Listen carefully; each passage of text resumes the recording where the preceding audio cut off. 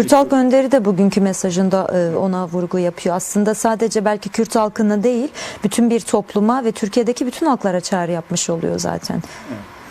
Bu noktada da baktığımızda çerçeve yasa noktasında tartışmaların olması evet gayet normal, aslında bir müzakere süreci yürütülüyor.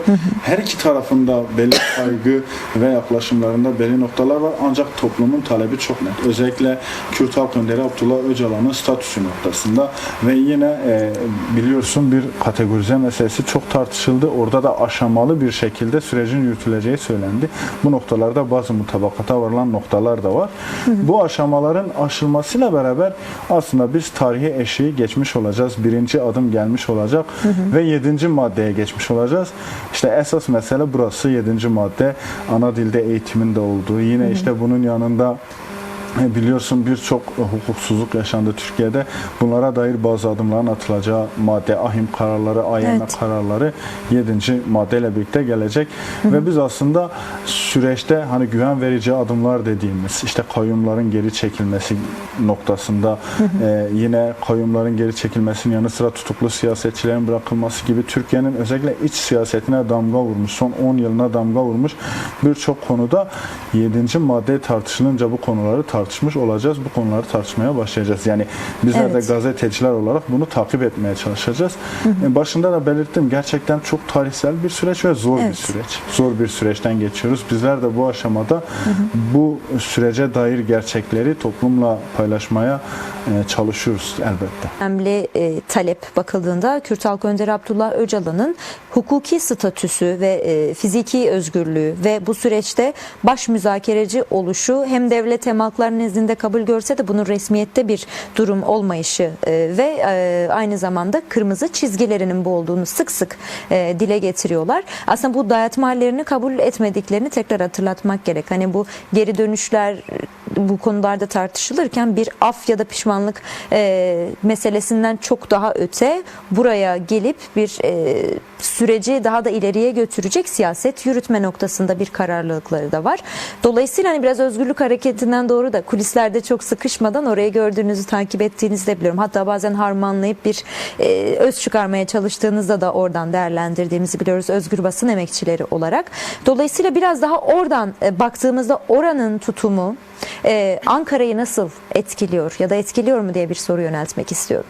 Mutlaka etkiliyordur. Yani etkilemesi noktasında şu. Çünkü sürecin bir tarafı burası. Yani nasıl Kürt Halk Önderi Abdullah Öcalan için sürecin baş müzakerecisi diyorsak aslında sürecin yürümesi noktasında da özellikle Kürt Özgürlük Hareketi başat nokta. Çünkü bir noktada silahları bırakacak, yine silahsızlanma için bazı adımların atılacağı ve buraya geri dönecek olanlar yine Kürt Özgürlük Hareketi üyeleri olacak ve demokratik siyasete katılacaklar. Yani bu çok önemli. Neden çok önemli? Binlerce insandan bahsediyoruz. Aslında sadece Kürt Özgürlük Hareketi saflarında mücadele eden ya da orada olan insanlar için değil, Kürt Özgürlük Hareketi üyeleri için değil, aslında Türkiye'nin birçok kesimini kapsayacak bir şeyden bahsediyoruz ve birçok kesimi etkileyecek. Burada Kürt Özgürlük Hareketi'nin tavrı ve özellikle bu noktada yaklaşımları belirleyici.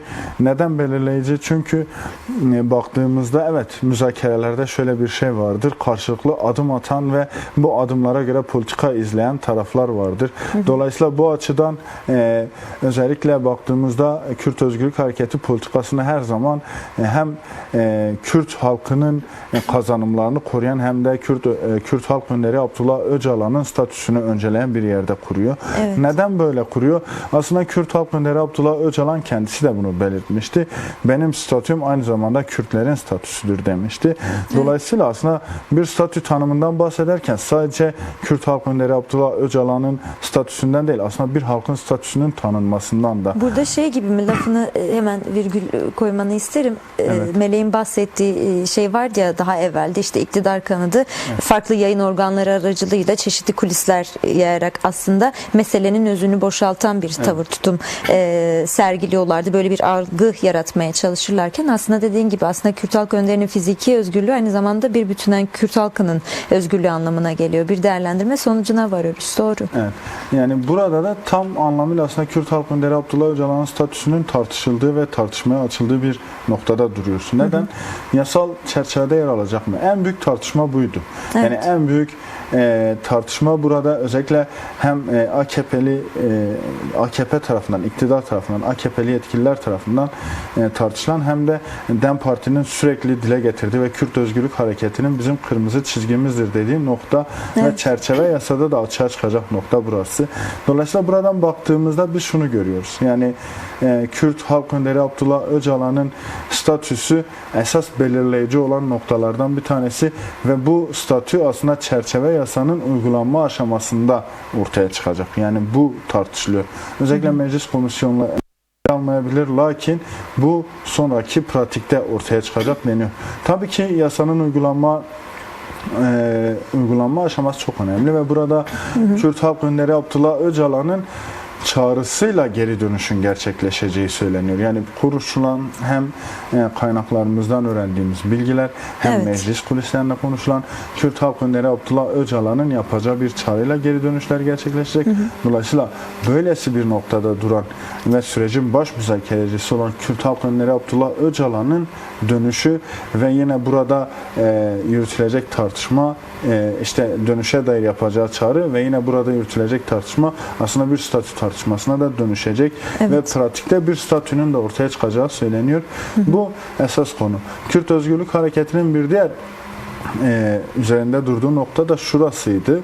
Özellikle bu aşamada çıkacak yasaların ve hukukun herkesi kapsaması gerektiği belirtiliyordu. Ve dolayısıyla aslında aşama dediğimiz nokta da kapsayıcılık açısından çok önemliydi. Aşama denildiğimiz nokta hem bir yandan herkesi kapsayacak ve aşamalı olarak başlayacak bir süreçten bahsediliyordu. Bahsediliyor.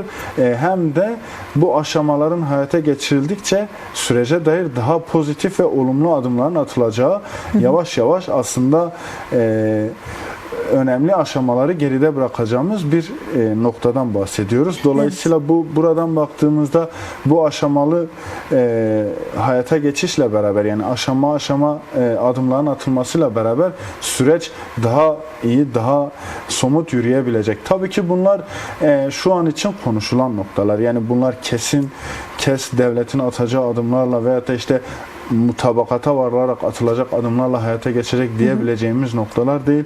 Çünkü en başında sürecin henüz birinci adımı olarak düşündüğümüz çerçeve yasanın çıkışı dahi uzun bir müzakere süreci gerektirdi. Ve bu müzakere sürecinin de devam edeceğini, her aşamada müzakerenin yapılma zorunluluğunun olacağını biliyoruz. Çünkü 100 yıllık bir sorundan bahsediyoruz. 1000 yıllık bir kardeşlikten bahsediliyor. Böyle bir inşadan bahsediliyor.